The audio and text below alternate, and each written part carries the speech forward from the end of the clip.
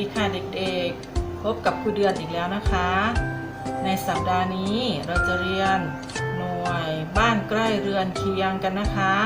แล้วครูเดือนก็มีนิทานมาฝากเด็กๆด้วยนะคะเด็กๆพร้อมหรือยังคะถ้าพร้อมแล้วเราไปฟังนิทานพร้อมกันเลยค่ะ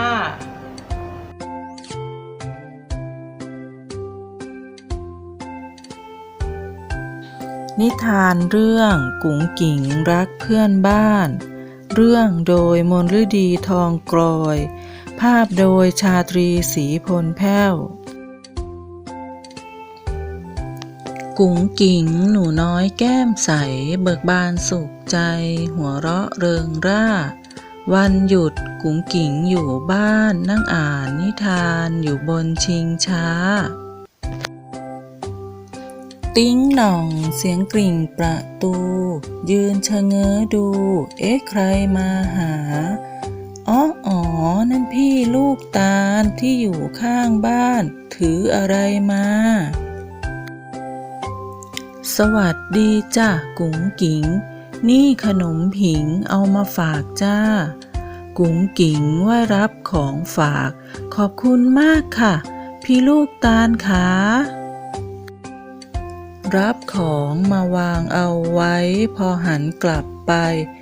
ใครเดินมายายนวลอยู่บ้านตรงข้ามเดินหิ้วข้าวหลามมาเต็มตะกร้ากุ๋งกิ๋งรีบเดินออกไปหนูช่วยถือให้นะจ๊ะยายจ๋าพอเดินถึงบ้านยายนวลก็เห็นตาม้วนกำลังตากผ้าวางของแล้วเดินเข้าไปหนูช่วยตากให้นะจ๊ะตาจ๋ากุ๋งกิ๋งช่างมีน้ำใจตายายจึงให้ข้าวหลามกลับมาอาติ๋มร้องทักเสียงใสจากบ้านถัดไปประตูสีฟ้ากุ๋งกิ๋งรีบยกมือไหว้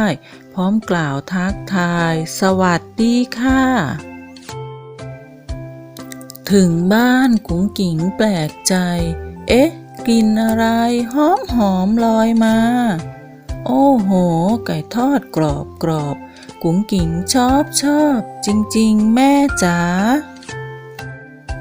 แบ่งไก่ใส่จานหลายใบแล้วนำไปให้เพื่อนบ้านทั่วหน้าทุกคนยิ้มแย้มรับไว้ขอบคุณน้ำใจที่มอบให้มาเพื่อนบ้านชื่นชมกุ๋งกิ๋งน่ารักจริงๆชอบขันอาสาแบ่งปันด้วยความเต็มใจไม่หวังสิ่งใด